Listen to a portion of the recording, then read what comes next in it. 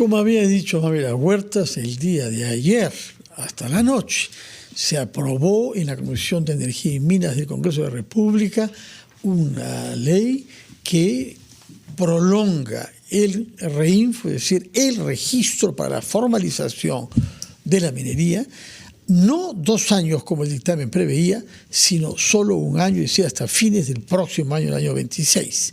Al mismo tiempo, no se admitió que se reincorporasen al REINFO las 50.000 personas que habían sido separadas en el mes de julio pasado por no haber dado ninguna prueba de querer formalizarse.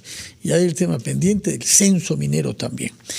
Se ha votado a favor de este texto, pero habrá que votarlo una segunda vez porque el número de firmas fue insuficiente y el procedimiento parlamentario requiere una segunda votación en el curso de los próximos días. Hemos invitado por esa razón, como ha sido ya dicho, a la vicepresidenta de esta comisión, que hemos visto pugnaz por sus ideas en la comisión, Diana González, así como fue pugnaz en las canchas de vóley cuando era voleibolista profesional. Muy buenos días, señora González. Buen día, Fernando. Buen día, Mavila. Muy buenos días. ¿De qué depende de que se proceda a un segundo voto? ¿En qué situación estamos respecto de eso? Tanto más que al parecer ha habido una demanda de reconsideración del voto que ya tuvo lugar.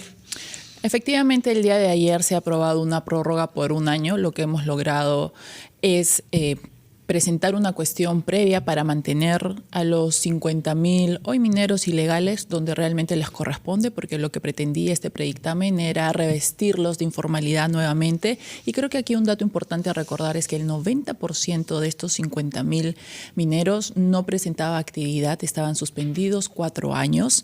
Y otro dato importante que lo presenté ayer después de mi reunión con el superintendente de SUNAT es que increíblemente con 50.000 REINFOs menos, la recaudación aumentó en 600 millones de soles. Entonces, que esas dos cosas. ¿Qué demuestra eso? Eso demuestra, y lo dije ayer también, que hay un mercado para traficar los REINFOs. No tienen miedo de hacerlo a través de redes sociales, piden alquilar REINFOs suspendidos. No importa si la autorización de su CAMEC está vencida, ellos se encargan de solucionar todo ello. Entonces, si no están trabajando, pero quieren aún el REINFO porque es un amparo legal, están traficando los REINFOs. Hay una reconsideración, un mecanismo que tenían estos excluidos, además, para que se revise su situación. Pero únicamente de esos 50.000 o casi 50.000, creo que apenas 3.000 son los que han presentado, 2.700. Poco más de 2.000 presentaron el recurso de reconsideración hasta cuando se venció el plazo, que fue aproximadamente en el mes de julio. Esos todavía están en evaluación. Sí, ellos van a continuar su proceso como todo ciudadano tiene derecho al recurso de reconsideración, ¿no? Pero también hay que mencionar, estos 50.000 han tenido años en este eterno proceso de formalización y además han tenido la opción de presentar el recurso de reconsideración. Solo poco más de 2.000 lo hicieron. Nadie más lo hizo. Sin embargo, quieren que el Estado siga invirtiendo más tiempo, dinero, recursos en personas que no tienen la más mínima voluntad de formalizarse. Usted nos ha dicho que de esos 50.000 hay un grupo mayoritario, largamente mayoritario, que no tiene ningún registro de actividad durante los últimos años. ¿Quiénes son? ¿Qué hacían? El 90% de ellos no presentaban actividad, tenían el REINFO suspendido hace 4 años. Y por eso es que finalizan su proceso de formalización minera en el mes de junio.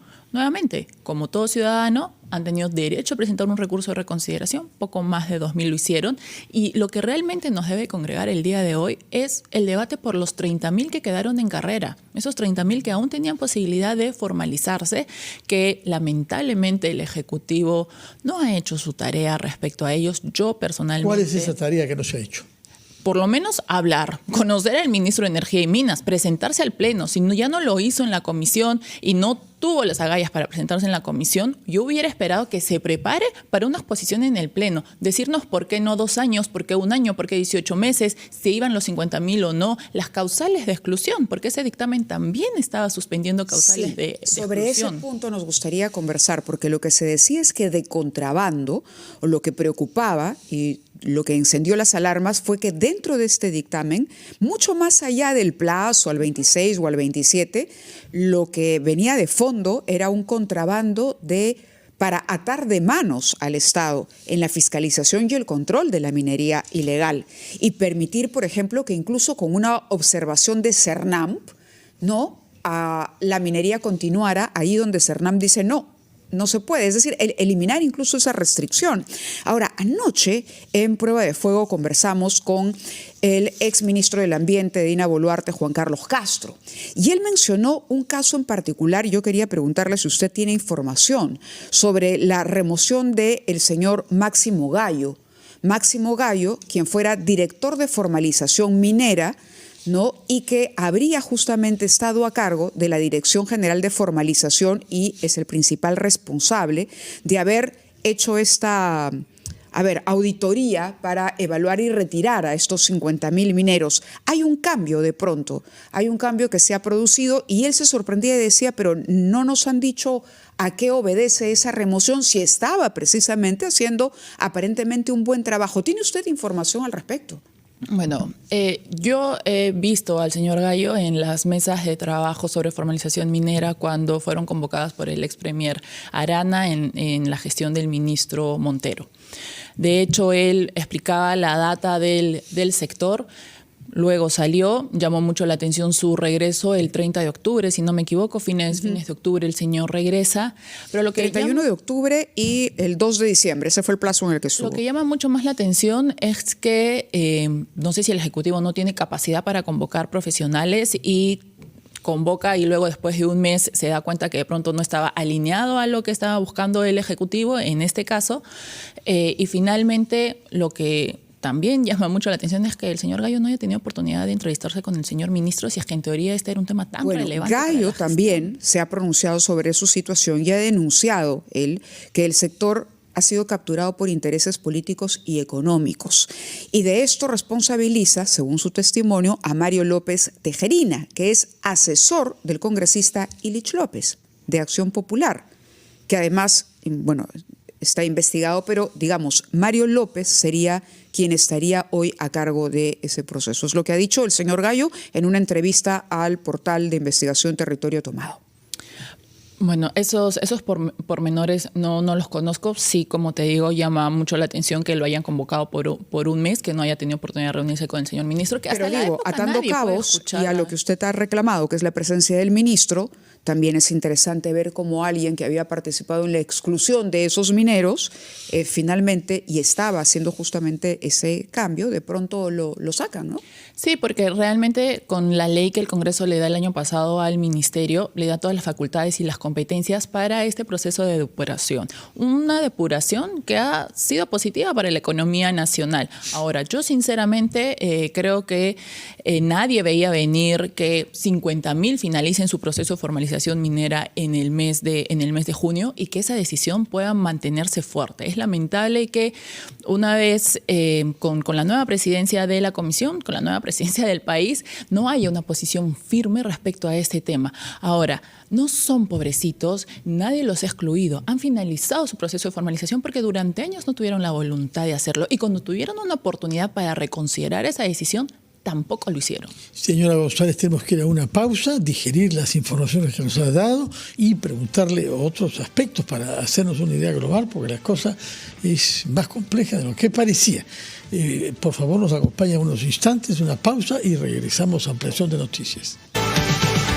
Son las 9:20, estamos conversando con la congresista Diana González, vicepresidenta de la Comisión de Energía y Minas, que ha tenido una importante sesión el día de ayer, donde se ha aprobado un proyecto de ley que debe ser sometido en los próximos días a una segunda lectura, que no admite que se prolonga el reinfo por 2 años, sino, como había sugerido el presidente José Gerí, solamente por 1 año, es decir, hasta fines del año próximo, el año 26, y que al mismo tiempo no ha admitido que se reincorporen a la lista de reinfo a los 50.000 mineros que habían sido excluidos en julio pasado.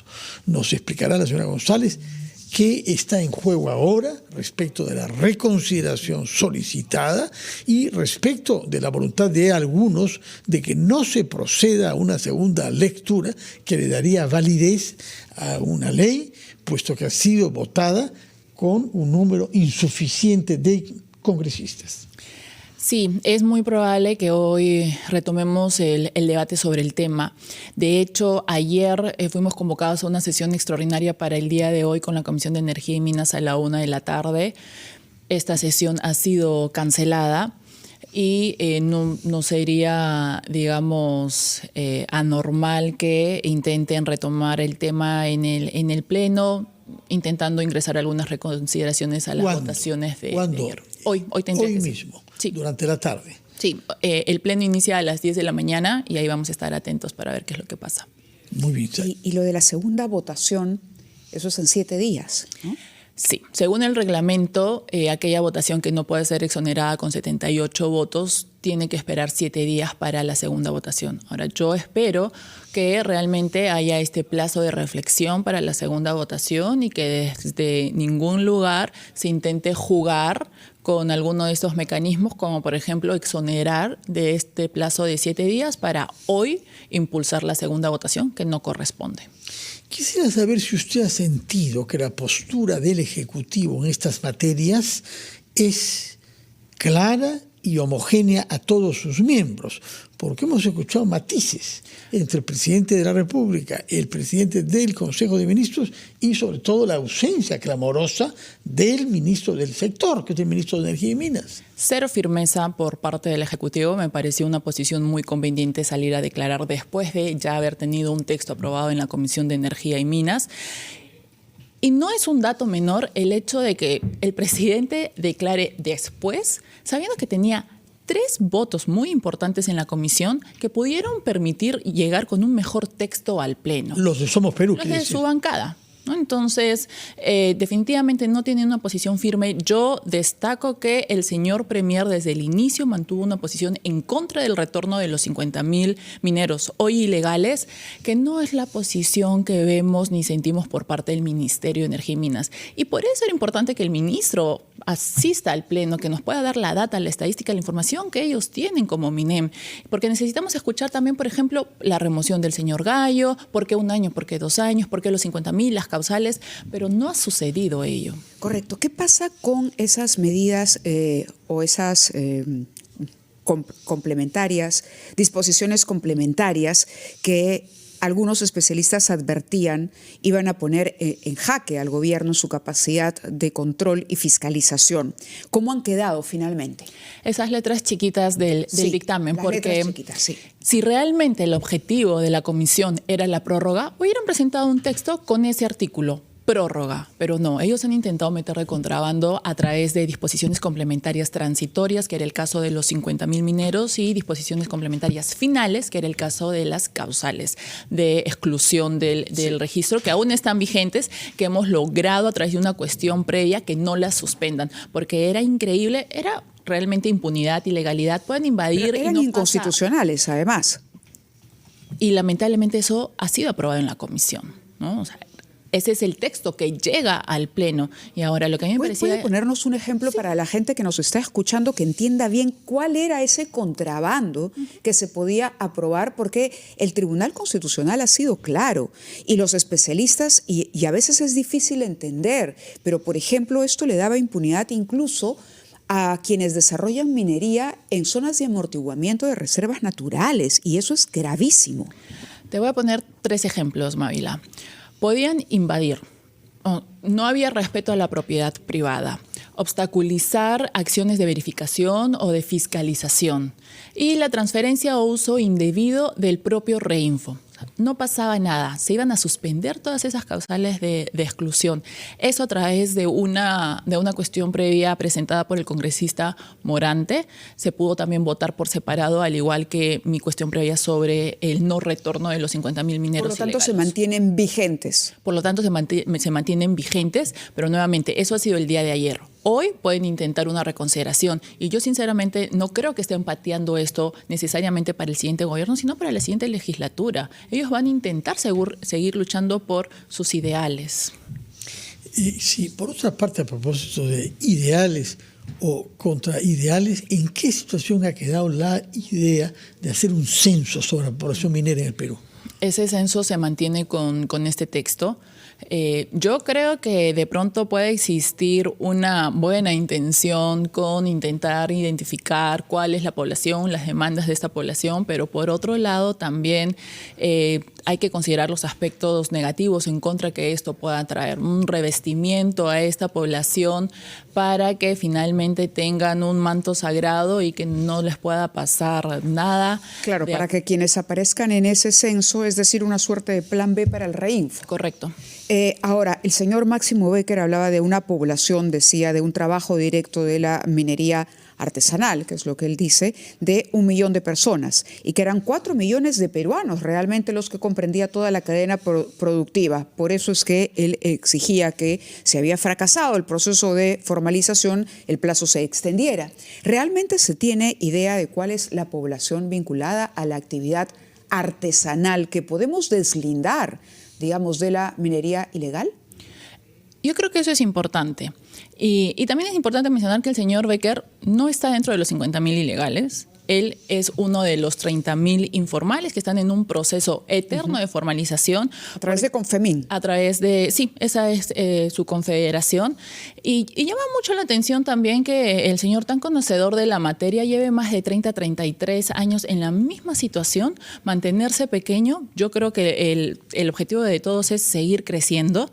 Y aquí hay otra cosa que también me mencionó Sunat, enanismo tributario. O sea, es mejor quedarse pequeños para mantener este enanismo tributario. Ayer hablábamos, por ejemplo, y le preguntábamos sobre esta propuesta para que a través de la formalización, por ejemplo, uno de los requisitos fuera tener un mínimo de 10 trabajadores en planilla. Y él decía que no, que eso no era posible, que no se ajustaba la actividad a la forma en que se establece la planilla en el Perú y que tenían que ser 5. Porque él no tiene trabajadores, él tiene socios de campaña y las campañas pueden durar 20, 21 días. Yo creo que ahí tiene un punto válido, que si no hubiera pateado el tablero en las mesas de trabajo con PCM, hubiera podido tener la recepción por parte del Ministerio de Trabajo. Hablaba de un régimen laboral especial, ¿no? Sí. Porque la planilla resultaba inviable en los términos en que la conocemos, digamos, las exigencias por las temporadas y los calendarios en que se desarrolla la actividad. Y como te digo, creo que ese es un punto a analizar, que él lo dio en estas mesas de trabajo. Y sí, o sea, nosotros entendemos que son campañas que no están los 365 días, no tiene a todos ahí, pero también es cierto que no todos son socios. O sea, por supuesto que tienen trabajadores y hay que cumplir con las obligaciones de esos trabajadores. No se puede exponer a gente a estar trabajando 24 horas al día. Señora Diana González, en las entrevistas que se han hecho ayer a los mineros que estaban manifestando fuera del Congreso mientras ustedes sesionaban, habrá escuchado, me imagino, las cornetas y los tambores usted, varios decían lo siguiente: nosotros trabajamos en concesiones después de habernos puesto de acuerdo con los titulares de las concesiones, pero cuando nos llevamos el oro que hemos extraído, ellos sostienen que la ley, que la calidad del oro en los concentrados es menor de la realidad y entonces quieren pagarnos menos, razón por la cual no es rentable para nosotros trabajar en esas condiciones. ¿Cuál es la realidad sobre este problema de la relación entre los titulares de las concesiones y los mineros informales que trabajan ahí y que buscan para eso tener un contrato con los titulares? Creo que es muy rentable para ellos. Nadie se da el lujo de parar desde el 17 de noviembre hasta hoy, 5 de diciembre, estar en la avenida Bancay sin trabajar y sin llevar un pan a su casa. O sea, lo que no podemos negar es que los señores tienen logística y recursos y saben muy bien cómo parar un país. Ahora, siempre se ha hablado de la narrativa de los pequeños contra los grandes, ¿no? Y la verdad es que gran porcentaje de la superposición es entre los mismos pequeños. 2/3 partes de superposición de los territorios es entre pequeños. Yo sinceramente pensé que el principal problema de los señores era el contrato. El famoso contrato de concesión. Con los titulares. Con los titulares. Grande fue mi sorpresa cuando en estas mesas de trabajo esa no era su mayor preocupación. Su mayor preocupación salió a relucir cuando les exigían la autorización de su CAMEC para explosivos. No, ¿cómo va a ser eso posible? Las interdicciones, queremos a Defensoría que acompañe, la Fiscalía, la Policía. ¿Por qué? Porque lo que decía el decreto supremo que ellos querían derogar como un trofeo político era, después de la transferencia del acervo documentario de los gobiernos regionales al MINEM, tienen 90 días para el inicio de trámite de la autorización con su CAMEC. ellos pusieron como fecha que esos 90 días se vencían el sábado 18 de agosto y que eso no era posible de ninguna manera. Como no se derogó ello, es ahí donde los señores salen de la reunión. Claro, ¿Cuál es el objetivo de esta maniobra cuando estamos hablando de algo tan grave como la circulación de explosivos en nuestro país? Correcto.